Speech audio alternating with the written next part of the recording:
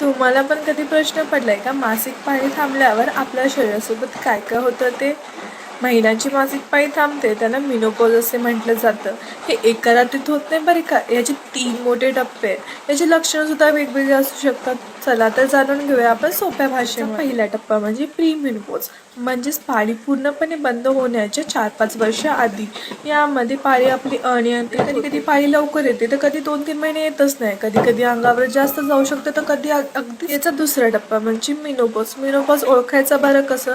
जेव्हा आपल्याला सलग 12 महिने पाळी येत नाही त्याला आपण मेनोपॉज असे म्हणतो. यामध्ये इस्ट्रोजन नावाचा हार्मोन असतो, तो खूप कमी होतो.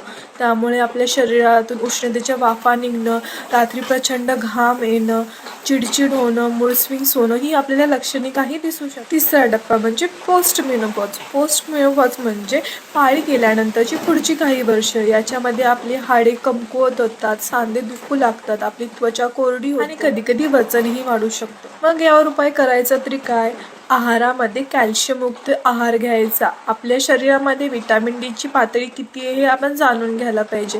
नियमित व्यायाम करायला पाहिजे. आपल्या शरीरातील हॉट फ्लॅश टाळण्यासाठी आपल्याला सुती आणि मऊ कपडे घातले पाहिजे. हा व्हिडिओ उपयोगी वाटला असेल तर तुमच्या घरातील स्त्रियांना हा फॉरवर्ड करा आणि मला फॉलो करायला विसरू नका.